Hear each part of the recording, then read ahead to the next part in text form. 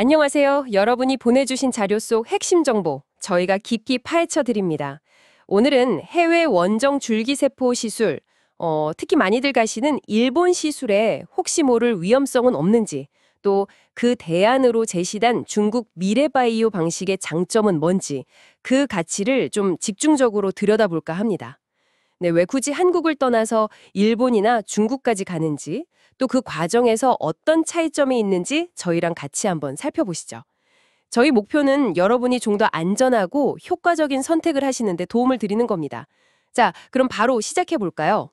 우선 일본 원정 치술부터 이야기해 보죠. 보통 한국에서 배양한 세포를 이걸 직접 가지고 일본으로 가서 맞는 방식이라고들 하는데요. 이게 언뜻 보면 편리해 보이기도 하는데 자료들을 보니까 좀 보이지 않는 위험이 있다고 지적하네요. 가장 큰 게 그 세포 운송 과정이라고요. 네, 맞습니다. 바로 그 지점인데요. 자료에 따르면 세포라는 게 살아있는 거잖아요. 그래서 연구실 배양기를 딱 나오는 그 순간부터 외부 환경 변화에 아주 취약해진다고 해요. 그러니까 한국에서 일본까지 가는 동안 그 온도 변화라든지 아니면 흔들림 같은 물리적인 충격, 이런 것만으로도 세포가 쉽게 손상되거나 죽을 수 있다는 거죠. 심지어는 세균이나 바이러스에 오염될 위험도 있고요. 이게 심각하면 세포 변이 가능성까지도 얘기가 나오는데 이건 뭐 효과가 떨어지는 건 물론이고 안전이랑 바로 연결되는 문제 아니겠습니까? 아, 그렇군요. 배양은 여기서 하고 시술은 또 저기 가서 하고 이렇게 과정이 딱 나뉘어 버리니까 그 최종적인 세포 상태를 일관되게 관리하는 게 이게 쉽지 않겠네요. 그럼 일본 현지에서의 품질 관리는 좀 어떤가요? 제대로 이루어지나요? 네, 그게 또 중요한 부분입니다. 자료에 따르면요, 일부 일본 클리닉들은 이 냉동된 세포를 안전하게 녹이는 그 해동 기술이 좀 부족한 경우가 있대요. 그래서 아예 한국에서 해동까지 다 해서 가져가야 하는 뭐 그런 상황도 있다고 하고요. 또 운송 중에 죽은 세포들이 있을 수 있잖아요. 그 수를 좀 맞추려고 배양액을 추가하는 경우도 있는데 이 과정에서 오히려 세포 변이 가능성이 더 커질 수 있다는 분석도 있습니다. 그리고 무엇보다 가장 큰 문제는 일본 현지에 딱 도착했을 때 그때의 세포 상태를 정밀하게 확인하는 품질 관리, 우리가 보통 QC라고 하죠. 이 QC 검사가 제대로 안 되는 경우가 많아서 시술 직전에 이 세포가 정말 괜찮은 건지 활성도나 안전성을 보장받기가 어렵다는 점, 이게 가장 큰 한계로 꼽히고 있습니다. QC가 제대로 안 된다. 그게 문제군요. 자, 그런데 이제 반면에 미래바이오가 중국에서 운영하는 방식은 이런 문제들을 좀 근본적으로 해결하는 데 초점을 맞춘 것 같아요. 자료에 보면 핵심 키워드가 원스톱 시스템 이렇게 소개되어 있네요. 네, 맞습니다. 미래바이오 모델의 가장 큰 특징, 핵심은 바로 그 통합 관리에 있습니다. 자료를 좀 자세히 보면요, 고객의 지방 채취부터 시작해서 줄기세포 배양, 그리고 여러 단계에 걸친 엄격한 품질 관리 QC 검사, 마지막 최종 시술까지요.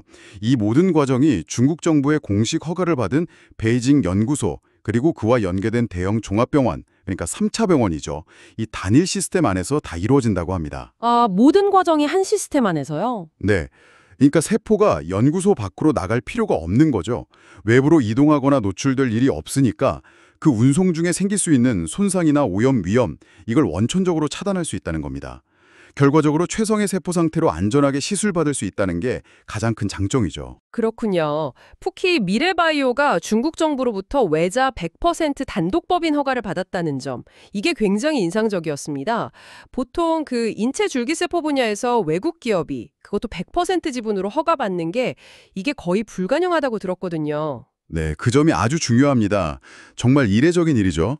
아시다시피 외국 자본이 단독으로 진출하기가 거의 불가능한 아주 민감한 바이오 분야잖아요. 그런데 거기서 인체 줄기세포 사업으로 100% 외자 법인 허가를 받았다는 건 이게 그냥 단순한 사업 승인 그 이상이라는 거죠. 자료 분석을 보면요. 이건 중국 정부가 미래 바이오의 기술력이나 안전관리 시스템을 국가적인 차원에서 아주 깊이 신뢰하고 있다. 이렇게 볼 수 있고요. 더 나아가서 중국의 국가보건의료 증진 프로젝트, 대건강이라고 부르죠. 이 대건강 프로젝트를 함께 이끌어갈 핵심 파트너로 인정했다. 이런 강력한 증거로 해석될 수 있습니다. 와, 국가 프로젝트 파트너라. 이게 단순히 시술허가 차원이 아니네요. 스케일이 다른데요. 그렇습니다. 그러니까 미래바이오가 중국의 대건강 프로젝트에서 핵심적인 역할을 하는 주체 중 하나로 자리매김했다. 이렇게 볼 수 있는 거고요. 나아가서는 다른 글로벌 기업들이 관련 기술로 중국 시장에 진출하려고 할 때 사실상 미래바이오를 거쳐야 하는 그런 유일한 통로 역할을 할 수도 있다. 이런 분석까지 나오고 있습니다. 단순히 개인의 치료 선택 문제를 넘어서서 국제적인 바이오 기술 협력에 있어서도 상당히 중요한 사례가 될 수 있다는 거죠. 아, 그렇군요. 정리를 해보면 일본 모델은 개별 민간 클리닉 중심이고 과정이 좀 나뉘어 있다면 중국의 미래바이오 모델은 국가 시스템의 관리와 승인 아래 모든 과정이 통합적으로 운영된다. 이 차이가 핵심이군요. 네, 맞습니다. 핵심을 정확히 짚으셨어요. 따라서 줄기세포 시술을 만약 고려하고 계신다면 단순히 시술 행위 그 자체만 보실 게 아니라 그 세포를 배양하는 단계부터 최종 주입까지 전 과정에 걸쳐서 안전성이나 품질 관리가 어떻게 이루어지는지 또 얼마나 철저하게 통합적으로 관리되는지를 정말 면밀히 살펴보셔야 합니다. 그러니까 일본 모델처럼 운송 위험이 있고 관리가 좀 분절되어 있는 방식인지 아니면 미래바이오의 중국 모델처럼 정부 허가 아래 모든 과정이 한 곳에서 체계적으로 관리되는 방식인지 이걸 확인하는 게 시술의 효과나 안전을 결정짓는데 정말 중요한 핵심이 될 수 있습니다.